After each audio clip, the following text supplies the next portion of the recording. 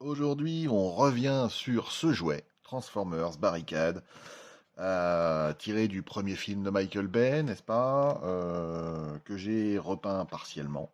J'ai fait un vernis en tout cas sur la totalité, parce qu'il était plastique, fade, etc. C'est un peu mieux, j'ai pas enlevé les défauts que sont par exemple les roues qui sont trop écartées sur l'avant, enfin voilà.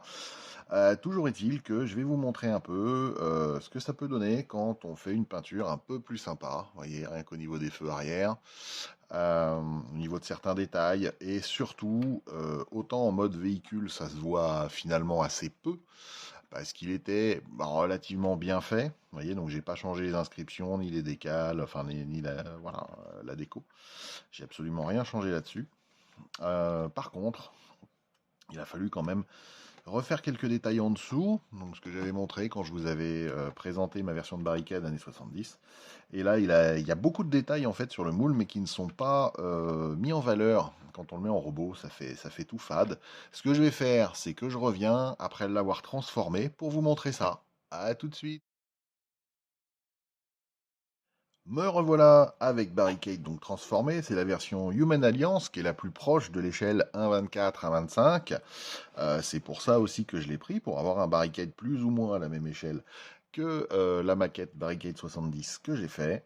Et donc voilà, donc j'ai utilisé le détail du moule, qui est pas mal au demeurant, hein, pour faire popper un peu les détails avec des jus, avec un peu de dry brush, un peu de décaillage en fait réalisé à la peinture Silver Valiero au pinceau. J'ai repeint certaines parties pour les remettre en valeur, faire en sorte que les détails ressortent, comme le noir à l'intérieur ici, comme certaines couleurs ici, comme le blanc, comme le noir devant ici, puisque tout était blanc, enfin ça ressemblait à rien. Au niveau des phares, idem. Au niveau des espèces de pistolets interrogateurs, au niveau des jambes, donc vous voyez, il y a des écaillages partout, le robot est usé, mais ça ne se voit pas en mode véhicule. Et c'était ça qui était le plus important. Voilà. Donc on a une vraie différence entre le véhicule, qui lui est relativement propre, hein. Donc, vous voyez, j'ai fait ressortir certaines autres couleurs, donc l'espèce de vert marronasse là, c'est la couleur du jouet. Je n'ai pas voulu tout repeindre, parce que plus on repeint, plus ça s'écaille quand on transforme, hein, c'est pas nouveau. Mais par contre, avec des jus noirs, avec des jus énamel type Weathering de chez Tamiya par exemple, eh bien, j'ai réussi à faire ressortir certains détails en gris. J'ai peint la calandre en noir mat. Voilà. On voit Frenzy à l'intérieur. J'ai refait des détails pour que ça s'accorde complètement avec la finition que je voulais. Un peu de mat, un peu de brillant.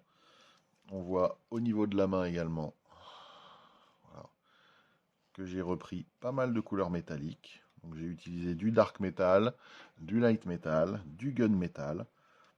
Et ça rend plutôt pas mal, sans y avoir passé énormément de temps. Alors oui, un peu de temps à passer.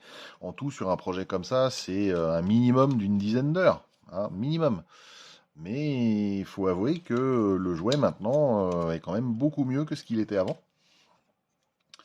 Avant, il était un peu fadasse et là, ça va mieux. Vous voyez, au niveau des sièges, par exemple, j'ai fait un arceau à l'arrière et j'ai refait un gris, vite fait, au niveau de l'assise pour que ça soit un peu plus réaliste, entre guillemets. Après, vous voyez, au niveau du tableau de bord, j'ai absolument rien touché.